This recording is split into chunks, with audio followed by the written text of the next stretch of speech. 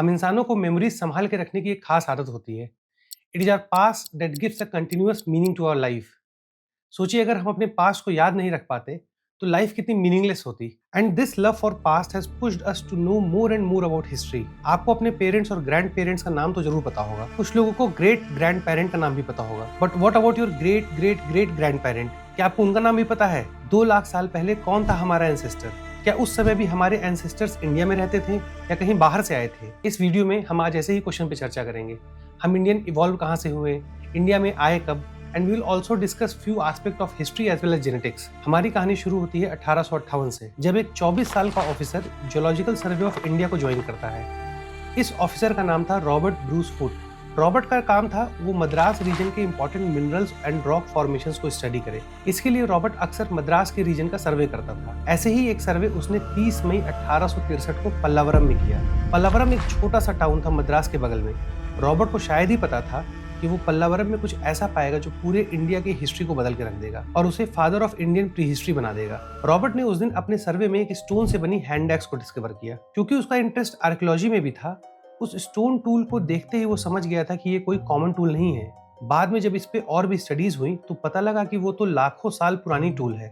In fact ये पहली pre historic stone tool थी जो इंडिया में साइंटिफिकली आइडेंटिफाई और डॉक्यूमेंट की गई थी। इस डिस्कवरी से पहले ब्रिटिशर्स का ये मानना था कि यूरोप जैसा इंडिया का कोई भी प्री हिस्टोरिक पास्ट नहीं है, लेकिन अब इंडिया में प्री हिस्टोरिक एविडेंस मिलने लगे थे। पल्लावरम की डिस्कवरी के बाद रॉबर्ट ने और भी साइट्स एक्सप्लोर किए, जैसे अतिरमपक्कम, जहां उसने और भी प्री हिस्टोरिक टूल्स डिस्कवर किए। अगर आप ये वीडियो ध्यान से देख रहे हैं तो आपके दिमाग में सवाल आना चाहिए कि ये प्री हिस्ट्री क्या होता है और ये हिस्टोरिकल पीरियड से अलग कैसे है।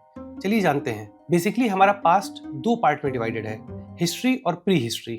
हिस्टोरियंस जब भी किसी पीरियड की हिस्ट्री को रिकंस्ट्रक्ट करते हैं तो किसी न किसी सोर्स को रेफर करते हैं। सोर्सेज भी डिफरेंट टाइप्स के होते हैं, जैसे आर्कियोलॉजिकल और लिटरेरी सोर्सेज। अब मान लीजिए हमें अकबर के बारे में जानना है तो अकबर के कब्र पे जाके उससे पूछेंगे नहीं, तो अकबर के टाइम के आर्कियोलॉजिकल सोर्सेज और लिटरेरी सोर्सेज को हम रेफर करते हैं। आर्कियोलॉजिकल सोर्सेज जैसे उसके द्वारा बनाई गई बिल्डिंग्स, कॉइन्स और बहुत कुछ। इसके साथ साथ हमें लिटरेरी सोर्सेज भी मिलेंगे, जैसे अकबरनामा, मुंतखाब उत-तारीख और बहुत से बुक्स, नोट्स, ऑर्डर्स एक्सेट्रा। अब हिस्टोरियंस इन सब को पढ़ के एक लॉजिकल इंटरप्रिटेशन निकालते हैं उस पीरियड के बारे में। अब ऐसे पीरियड जिसमें हमें रिटन रिकॉर्ड से इंफॉर्मेशन मिलती है, वैसे पीरियड को हम हिस्टोरिकल पीरियड बोलते हैं। इंडिया में हिस्टोरिकल पीरियड शुरू होता है 6th सेंचुरी BCE के बाद, लेकिन कुछ ऐसे पीरियड्स होते हैं जिसकी इंफॉर्मेशन हमें किसी रिटन रिकॉर्ड से नहीं बल्कि आर्कियोलॉजिकल एविडेंसेस जैसे पॉटरी, टूल्स एक्सेट्रा से मिलती है। अब ऐसे पीरियड में लैंग्वेज या स्क्रिप्ट डेवलप ही नहीं हुई होगी तो कहाँ से मिलेगा एविडेंस? वैसे पीरियड्स को हम प्री हिस्टोरिकल पीरियड कहते हैं, जैसे इंडिया में पैलियोलिथिक, मेसोलिथिक और न्यूलिथिक। इन पीरियड्स के बारे में हमें कोई रिटन एविडेंस नहीं मिला है। जितना भी हम जानते हैं वो सब आर्कियोलॉजिकल फाइंडिंग से जानते हैं, जैसे इस समय की मिली हुई different type of tools, pottery और बहुत कुछ। लेकिन कहानी इतनी भी सिंपल नहीं है। सोचिए अगर किसी पीरियड के पास कोई रिटन रिकॉर्ड है लेकिन हम उसे पढ़ ही ना सकें, जैसे हमारा Harappan civilization. Even though we have got multiple evidences of writing from Harappan period, but we are not able to decipher their script. और रिटन रिकॉर्ड्स होने के बावजूद भी हम हड़प्पन के बारे में बहुत कुछ नहीं जानते हैं। या फिर मान लो ऐसी सोसाइटी जिसमें नॉलेज ओरली पास ऑन होती हो, जैसे हमारा वैदिक पीरियड, जहाँ वेदास को लिखा नहीं जाता था बल्कि गुरु शिष्य परंपरा से ओरली पास ऑन किया जाता था। अब इन दोनों पीरियड को ना हम प्री हिस्ट्री में रख सकते हैं ना हम हिस्टोरिकल पीरियड में। तो ऐसे पीरियड्स के लिए हिस्टोरियन ने प्रोटो हिस्ट्री टर्म कॉइन किया है। इंडिया के केस में हड़प्पन सिविलाइजेशन और वैदिक एज दोनों प्रोटो हिस्ट्री के अंदर आते हैं। Now you have got good understanding of history, prehistory and proto-history. Now let's get back to our topic. तो अब सवाल ये उठता है कि कौन लोग थे जो पल्लावरम या अतिरमपक्कम में टूल्स बना रहे थे? उस समय कौन रहता था इंडिया में? अगर आप आर्कियोलॉजिस्ट से पूछेंगे कि पहले ह्यूमंस इंडिया में कब आए तो वो कहेंगे 15 लाख साल पहले। लेकिन अगर यही सवाल एक जेनेटिसिस्ट से पूछेंगे तो उनका जवाब होगा 65,000 साल पहले। लेकिन ऐसा कैसे हो सकता है? एक एक्सपर्ट के अनुसार 15 लाख साल पहले और दूसरे एक्सपर्ट के अनुसार 65,000 साल पहले। इन दोनों में कौन सही है? एक्चुअली दोनों सही हैं, लेकिन इनका कंटेक्स्ट अलग है। चलिए इसको थोड़ा डिटेल में समझते हैं। आर्कियोलॉजिस्ट अर्ली ह्यूमंस यानी होमो इरेक्टस की बात करते हैं, जो लगभग 15 लाख साल पहले इंडिया में आए थे। इनके टूल्स तमिलनाडु के अतिरमपक्कम जैसे साइट्स में मिले हैं। तो टूल्स को देखकर आर्कियोलॉजिस्ट बोलेंगे ये देखो 15 लाख साल पुराना टूल, यानी अर्ली ह्यूमंस उस समय इंडिया में रह रहे थे। वहीं जेनेटिसिस्ट सिर्फ होमो सेपियंस की बात करते हैं, जो 65,000 साल पहले अफ्रीका से माइग्रेट होकर इंडिया आए थे। अगर हम ह्यूमन एवोल्यूशन की बात करें तो ह्यूमन एवोल्यूशन की कहानी बहुत पुरानी है। चार्ल्स डार्विन ने 1859 में on the origin of species नाम की एक बुक लिखी थी।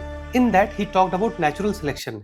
लेकिन डार्विन की हिम्मत न हुई ये बोलने की ह्यूमंस एप से इवॉल्व हैं। किससे डर रहे थे Darwin? Actually he was afraid of the majority of the Christian mentality at that time. Christian का मानना ये था कि हम ह्यूमंस एडम और ईव से इवॉल्व हुए हैं, ना ही किसी बंदर से। Then there was a person named Thomas Huxley. Thomas Huxley वो थे जिन्होंने डार्विन की आइडिया को और पॉपुलराइज किया था और एक वो मजाक के पात्र भी बन गए थे। एक Christian bishop Samuel Wilbur force ने हक्सली से पूछा कि तुम अपने पिता के साइड से बंदर हो या अपने मदर के। इवन 1925 तक लोग मानने को तैयार नहीं थे ह्यूमन एवोल्यूशनरी थ्योरी। लेकिन आज ह्यूमन एवोल्यूशन के मल्टीपल एविडेंसेस हैं। हमें यहाँ से यहाँ आने में लगभग 70 लाख साल लग गए। हमारे इवोल्यूशनरी ट्री की शुरुआत होती है अफ्रीका में और इसमें सबसे पहला नाम आता है सैहेलैंथ्रोपस कैडेंसिस का। साइंटिस्ट का मानना है कि किसी एप लाइक एंसेस्टर जो लगभग 12 करोड़ साल पहले रहता था, उससे सैहेलैंथ्रोपस का इवोल्यूशन हुआ और फिर और भी होमिनिन्स इवॉल्व होते गए, जैसे एस्ट्रोलोपिथेकस एफरेंसिस जो लगभग 40 लाख साल पहले रहता था। इसी के फॉसिल को हम लूसी के नाम से जानते हैं। इवन दो दे फॉलोड बाइपेडलिज्म, मतलब अपराइट वॉकिंग, बट उनके स्मॉल ब्रेन कैपेसिटी और कर्व्ड फिंगर सजेस्ट करते थे कि अभी भी ये ट्रीज पर ज्यादा टाइम स्पेंड कर रहे थे। फिर विद टाइम इवोल्यूशन होता रहा और आते हैं होमो हैबिलिस। ये होमो हैबिलिस पहले होमो स्पीसीज थे जिसने टूल बनाना सीखा। फिर होमो हैबिलिस से इवॉल्व होते हैं होमो रुडोल्फेंसिस और अराउंड 20 लाख साल पहले आते हैं होमो इरेक्टस। होमो इरेक्टस जो नाम से क्लियर होता है, इनका बॉडी का पोस्चर इरेक्ट था। ये होमो इरेक्टस ही थे जिसने पहली बार फायर को कंट्रोल करना सीखा और अफ्रीका से बाहर माइग्रेट हुए। उनकी ये माइग्रेशन लगभग 18 लाख साल पहले शुरू हुई थी और लगभग 15 लाख साल पहले तक वो इंडिया पहुंच गए। And this is the reason that we have found tools at various sites which dates back to around 1.5 million years ago. फिर होमो इरेक्टस से इवॉल्व होते हैं होमो हाइडेलबर्गेंसिस। इनका दिमाग ऑलमोस्ट हम जैसे मॉडर्न ह्यूमंस जितना बड़ा था। ये एडवांस टूल्स यूज करते थे। लगभग 5 लाख साल पहले कुछ हाइडेलबर्गेंसिस के ग्रुप अफ्रीका से साउथ एशिया और यूरोप में फैल गए।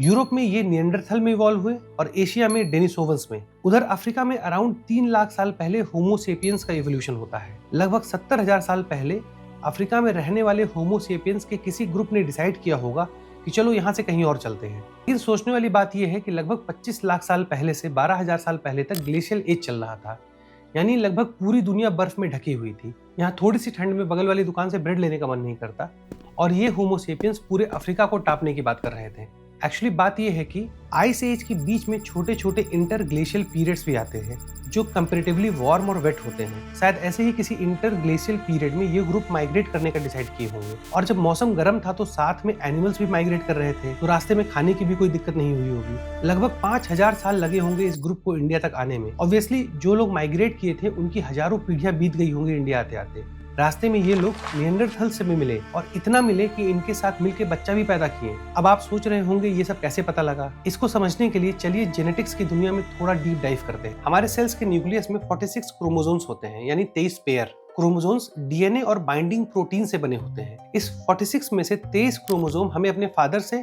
और 23 हमें अपने मदर से मिलते हैं और यही वजह है कि हम अपने पेरेंट्स जैसे दिखते हैं। अब जो 23rd पेयर होता है वही डिसाइड करता है कि हमारा बायोलॉजिकल सेक्स क्या होगा। अगर किसी के पास XX क्रोमोसोम है तो वो फीमेल होगी और अगर XY है तो मेल। और जो ये Y क्रोमोसोम है ये सिर्फ फादर से आता है। ये बहुत इंपॉर्टेंट टूल बन जाता है जेनेटिसिस्ट के लिए, क्योंकि Y क्रोमोसोम को ट्रेस करके हम हमारे पैटर्नल लीनेज का पता लगा सकते हैं। Now let's suppose Rahul had this XY chromosome.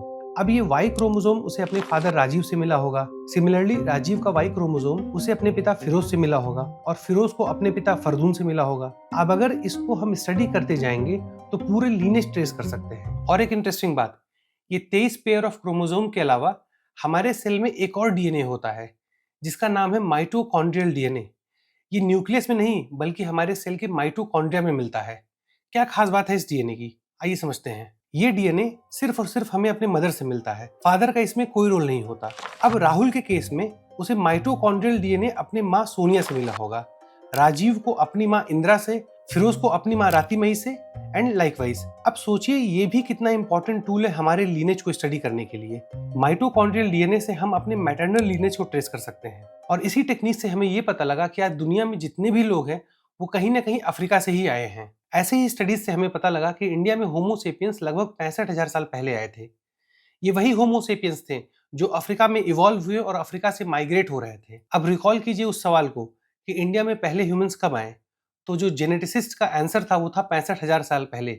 वो साइंटिस्ट इन्हीं होमो सेपियंस की बात कर रहा था। तो शायद ऐसा हुआ होगा जो होमो इरेक्टस अफ्रीका से इंडिया में 15 लाख साल पहले आए थे वो एक्सटिंक्ट हो गए होंगे, इसलिए आज हमारे डीएनए में शायद ही उनका कोई एविडेंस मिलता है। और यहीं पे एक बात और जान लीजिए, जेनेटिक स्टडीज से हमें ये भी पता लगा कि आज अफ्रीका के बाहर जितनी भी पॉपुलेशन है उसमें 1 से लेके 4% निएंडरथल का डीएनए है।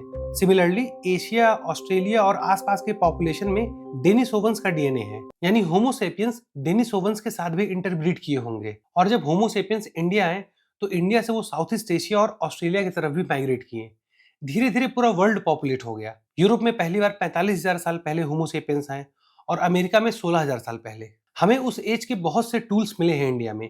भीमबेटका जैसे साइट्स पे जो प्री हिस्टोरिक टूल्स मिले हैं उसमें होमो इरेक्टस का एज वेल एज होमो सेपियंस दोनों के एविडेंस मिलते हैं। होमो इरेक्टस जो पहले अफ्रीका से माइग्रेट किए और इंडिया में आए, उनका डीएनए ट्रेस आज नहीं है, शायद वो एक्सटिंक्ट हो गए होंगे। तो अब साइंटिफिक टर्म्स में देखा जाए तो पूरी दुनिया कहीं ना कहीं अफ्रीका से रिलेटेड है। तो ये थी कहानी अर्ली ह्यूमंस की इंडिया के कंटेक्स्ट में।